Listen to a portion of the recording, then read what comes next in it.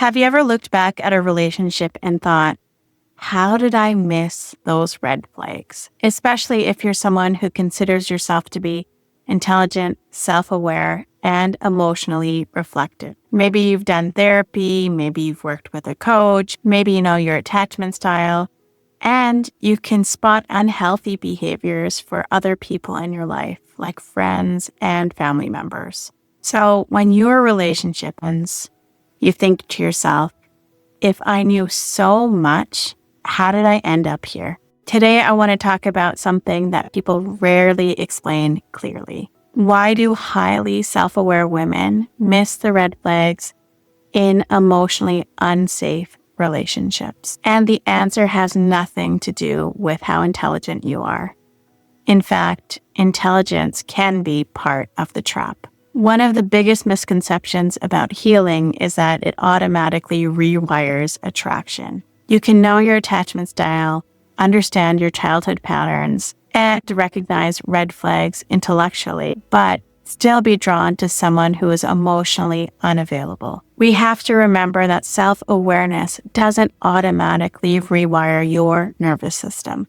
Your mind might understand the pattern, but your body may be responding to something very different. And this is where intelligent, smart, successful women begin to feel shame because they think, if I knew better, I should have done better. But honestly, healing doesn't work that way. Understanding a pattern and retraining your nervous system are two very different processes. Retraining your nervous system requires you to be conscious about the actions that you're choosing, which is different than analyzing or studying yourself or someone else. And that's what we do on this channel. We move towards conscious action. If we haven't met yet, my name is Cassandra Mullick. I'm a therapist and a coach. And this channel is all about rebuilding yourself after a toxic relationship and building a community that actually helps you to rewire your nervous system and gives you a step-by-step process on how to do that. If you're interested in checking it out, you can take a look at the link in the description. Another dynamic that shows up frequently that I often see with the clients that I work with is hyper-responsibility. When conflict happens in your relationship, you automatically jump to fix-it mode. What have I done to cause this rift in the relationship, and how do I repair it? In a healthy relationship, the ability to reflect is a strength. In a toxic one, it becomes the open doorway to cause confusion. When you take the time to examine your reactions, you might start thinking, well, maybe I'm being too sensitive. Maybe that was a really strong boundary. Or maybe I misinterpreted or misheard something. Meanwhile, in that toxic dynamic, the other person might not be reflecting at all. And slowly, without realizing it, you're now doing the emotional work for two people. You're the one who's analyzing the conversations, providing emotional safety for the other person, and looking to understand their triggers and their buttons. Then, at some point, the most important question becomes amiss. Is this relationship healthy for me? And we start to reframe that question to be, what can I do differently to make this work? Your self-awareness becomes weaponized, and we start to target ourselves instead of evaluating the safety and health within the relationship. Our intelligence starts to become a part of the problem. A lot of us highly self-aware women begin to think, if I can understand what's happening for this person, perhaps I can solve the problem. So when a partner behaves inconsistently, withdraws, or becomes emotionally abusive, our mind starts to search for explanations. Maybe they've had a bad childhood, maybe they're afraid of intimacy, or maybe they're avoidant. And before long, we have a long narrative story about their behavior and why some of it seems justifiable. We have to remember, empathy without boundaries becomes self-betrayal. Understanding and explaining someone's behavior doesn't mitigate the negative effects it has on you emotionally. A lot of us try to make ourselves feel better by hiding behind the explanation. But the reality is, we can't disconnect their shitty behavior from the harm that it's doing to us emotionally. There's another dynamic that's happening underneath this that a lot of people misunderstand. Sometimes your nervous system confuses familiarity with safety. If you grew up around emotional inconsistency, distance, or unpredictability, those patterns become familiar to your body. I grew up with a lot of emotional volatility between my parents. So when I got married and started seeing and experiencing those things in my marriage, it felt normal. It felt weirdly safe, and it felt familiar. After my marriage ended, I did a deep dive into healing. I read lots of books, I went to a lot of workshops, I was in therapy, and I thought I was ready. When I started dating, guess who I was most attracted to?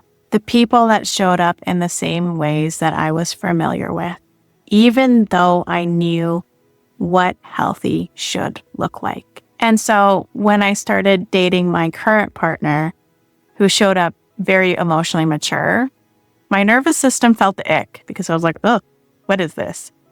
Even though mentally I knew that he had the qualities that I wanted. Rewiring your nervous system takes time. When you meet someone who is emotionally inconsistent, the anxiety that shows up can actually trick you into believing that that's chemistry. But in reality, it's nervous system dysregulation. One thing that I want to stress, though, is that this doesn't just happen to people who grew up in chaotic environments. Even people who had stable childhoods and healthy family dynamics can still get caught up in these patterns because of one crucial skill that they have, which is empathy.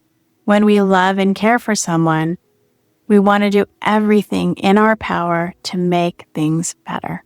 So let's get into why we miss the red flags. And a key component of this is something called intermittent reinforcement. In the beginning of a relationship, there's lots of attention, validation, and emotional connection. Then suddenly, many of those things start to disappear. The person may pull back, become emotionally unavailable, or distant. And when that connection comes back again, your brain experiences relief. That cycle, attention, withdrawal, relief, is extremely powerful neurologically.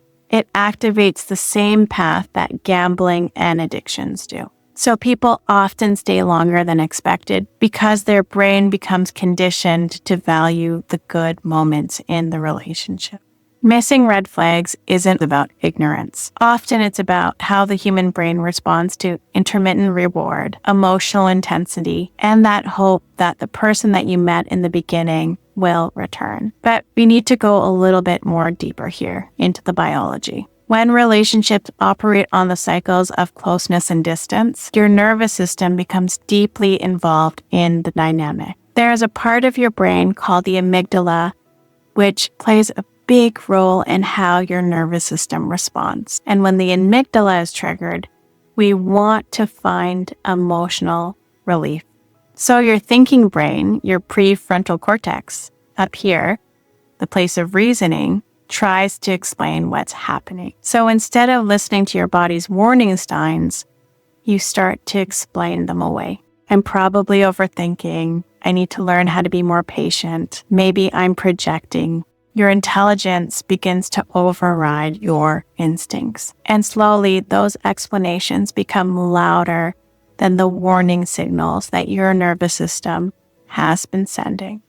You may be asking, okay, Cassandra, thank you for all of these lessons, but how do I begin to change the pattern? It starts by shifting intellectual intelligence to somatic experiencing, what you're feeling within your body. The next time you feel confused about someone's behavior, take a pause. Instead of immediately asking, why are they acting this way? I need to find out.